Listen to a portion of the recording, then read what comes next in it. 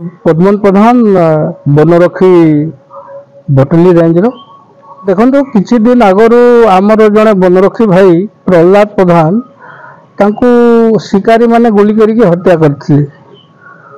तो तार प्रतिवाद आम समस्त करू। ता छड़ा आमर जो अन्य सुविधा असुविधा गुड़िक अच्छी से सब को नहीं आम 3 दफा विशिष्ट गोटे दाबी पत्र संघ जरिया सरकार को उपस्थापन करूँ, किंतु एपर्यंत से दाबी पत्र प्रति कौन ध्यान दि जाए नहीं। एणु आम एवं कला बैच पिंधि 15 तारिख रु 21 तारिख पर्यंत प्रतीकात्मक रूप से आमर आंदोलन जारी रखिबू एवं 22 तारिख रे आम पुणी संपूर्ण भाव में आंदोलन को ओह्लैवा को आमर संघ स्थिरीकृत कर। कौन कौन रही अभी भितर आमर जो भाईटा मृत्युवरण करिसेंती तांको 1 कोटी आर्थिक सहायता सरकार तरफ एवं यह पर भी यदि कौन से भाई क्षेत्र में एमती घटे से राशि तांको प्रदान करने गोटे दाबी थिला।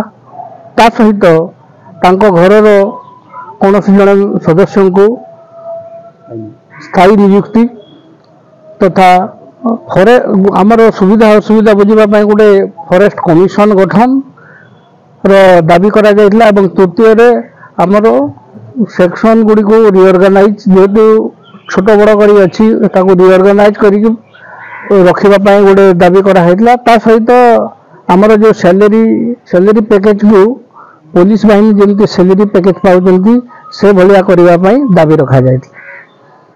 मो राजेंद्र कुमार सिंह बनपाल भटली सेक्शन मो दीर्घ दिन है संघ सहित जड़ित अच्छे, किंतु वर्तमान जो परिस्थिति सृष्टि होचे आम बनपाल बनरक्षी डेप्यूटी रेंजर भाई मैंने दिन राति परिश्रम करी सबुज बनानी को सुरक्षा दौरान ता सत्वे भी केतेबेले आम शिकारी गोली तो केतेबेले पब्लिक गोली केतेबेले जंतु हाबुड़े पड़ुछ। यही परिप्रेक्षी में आम विगत दिन में आमर जड़े भाई प्रहलाद प्रधान शिकारी गोली निहत होते किछि दिन है केन्दुझर डिविजन आमर रेंजर फॉरेस्टर किपरि भाव में अपदस्थ होती आमर किछि साहा भरोसा ना। यही परिस्थिति आम परिवेश को सुरक्षा दे आसु, किंतु जितेबले आमर बनरक्षी बनपाल डेप्यूटी रेंजर माने शिकारी गोली हो बा लोक अपवाद हो सामना कर तार प्रतिकार स्वरूप आम माननीय सरकार पाखे 3 गोटे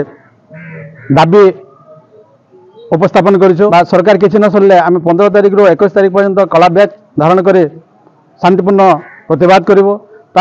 21 तारिख पर्यंत जदि तार किसी फल आमको न मिलला आगामी दिन में 22 तारिख ठार अनिर्दिष्ट काल पर्यंत आम राजरास्ता को ओह्लैवा स्थिर करूँ। कहीं आम पेट पाटना कथा अच्छे आज्ञा आम परिवेश युद्ध करूँ। आम जदि बंची न रही आम जदि सुरक्षा न रही आम परिवेश को सुरक्षा देवु केमती।